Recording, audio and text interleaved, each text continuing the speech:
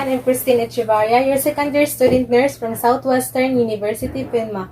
In today's video, I'll be performing urinary catheterization. So urinary catheterization is the process in which the catheter is inserted to the bladder to collect or drain the urine. First thing first is we need to check the physician's order for catheterization. Introduce yourself to your patients, verify your patients using the two identifiers, establish a good rapport toward your patients, and provide your patients the opportunity to ask or raise of their concerns during the procedure so that they will know on how she can participate. And of course, wash your hands and do the hand washing and wear gloves to prevent the spread of the microorganisms and provide your patients comfort and privacy. And prepare all the needed materials, the set of catheter, which includes the sterile water, lubricating gel, antiseptic solution, 10 cc syringe, urine bag with catheter, cotton balls with antiseptic solution, and forceps. And position your patients into the dorsal recumbent position to have a good visualization of the meatus. And also, this is essential for the introduction of the catheter. So, good day, ma'am. I'm Christine Echevarria, your attending student nurse for today. So, may I know your name? I'm Catherine. When is your birthday? June 8. So, what do you want to call you, ma'am? Just call me Kat. Okay, Kat. So, the procedure that we're going to do is the urinary catheterization for females. So, urinary catheterization is the process in which the catheter is inserted to your bladder to collect or drain the urine. This will help you relieve the acute urinary retention. And of course, I will be touching some parts of your body. Is that okay with you? Yes. Okay, let's start.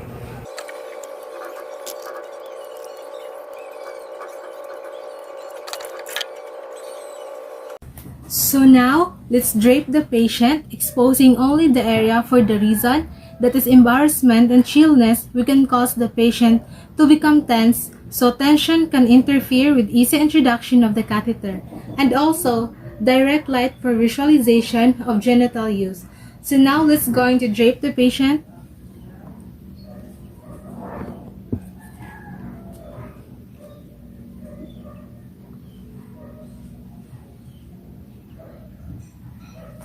So, second step, open the tray and arrange the equipment for the convenience and accordingly to avoid the contamination of the sterile items. This is done for us to increase the speed of the performance.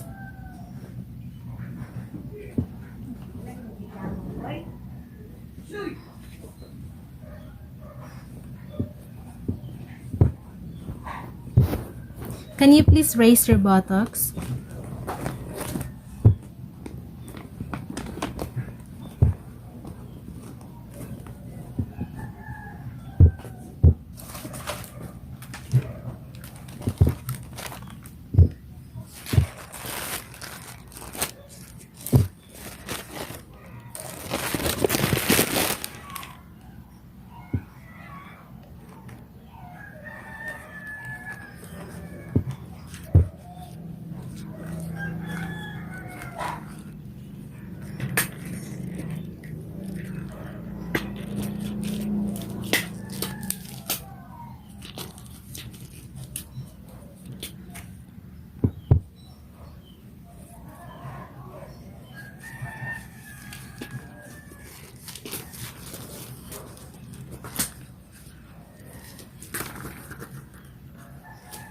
So it's okay to touch.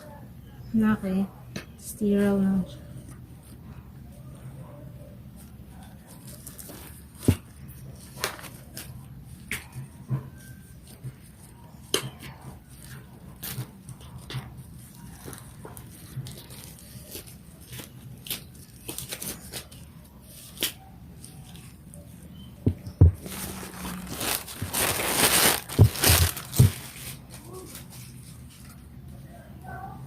So, wearing gloves to prevent the spread of ourselves to the client, and of course, put on the fenestrated drape for privacy.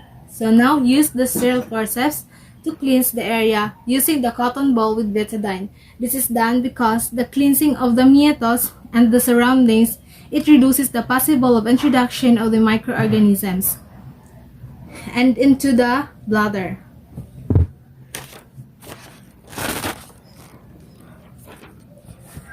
I improvised a fenestrated drape.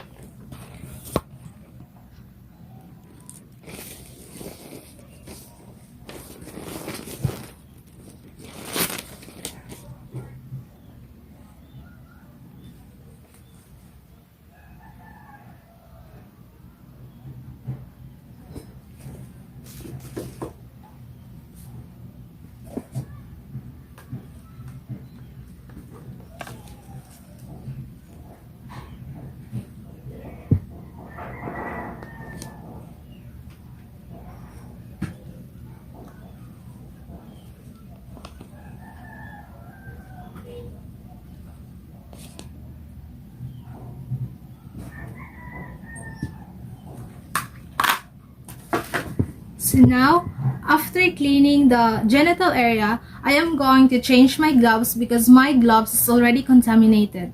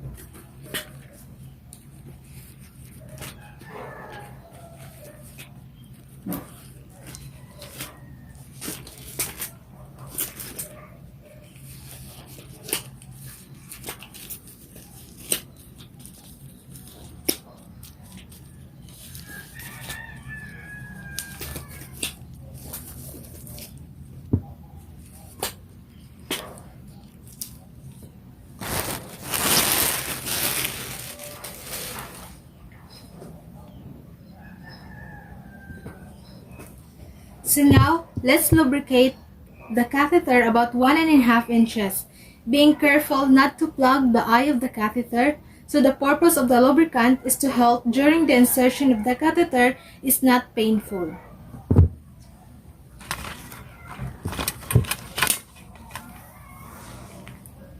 So this is sterile.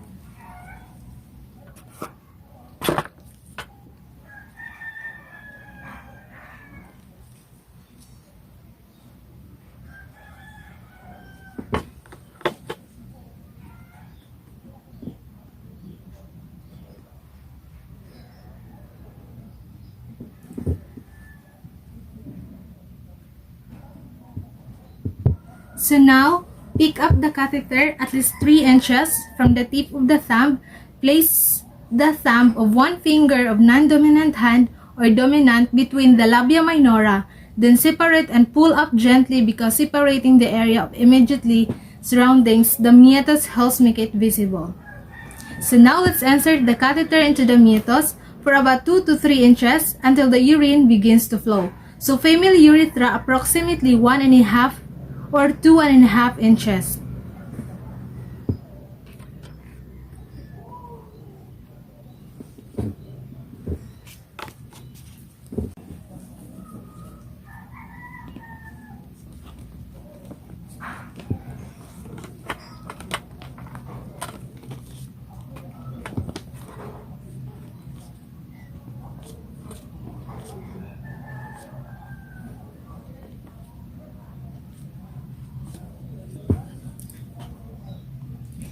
So now, if the specimen is to be collected, Pinch the catheter with the thumb and the finger replacing the specimen container position because urine will flow out of the catheter if lumens is not occluded. So now, rest the hand into the pubic area while holding the catheter in the place to prevent pulling and pushing of the catheter. Withdrawing the catheter and pushing it back into the urethra increase the possibility of contamination to the urethra. Then afterwards, connect the catheter to the urine bag.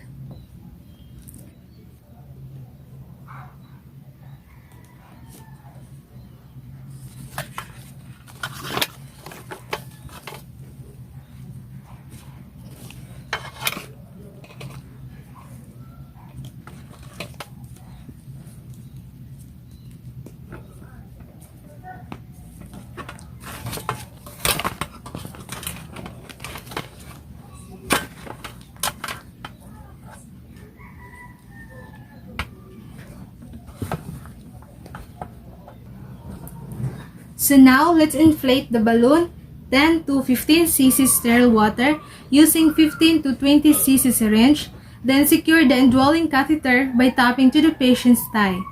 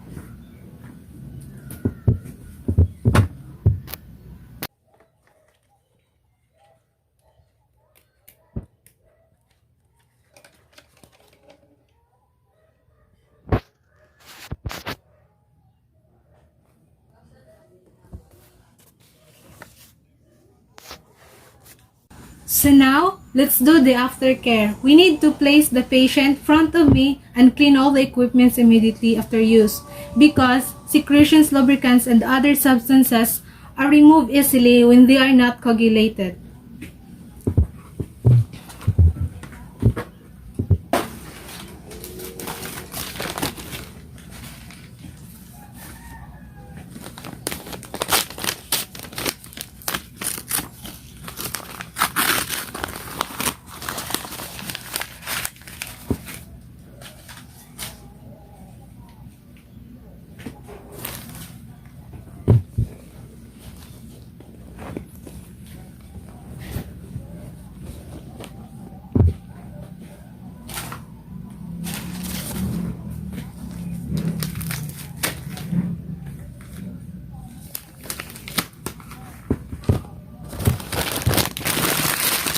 let's do the hand washing. After hand washing, let's document the procedure.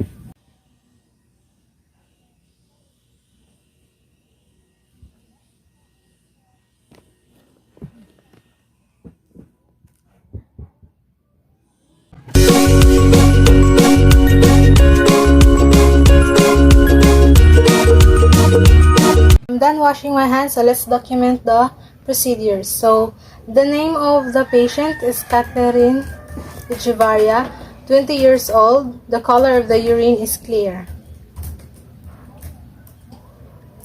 Thank you and God bless.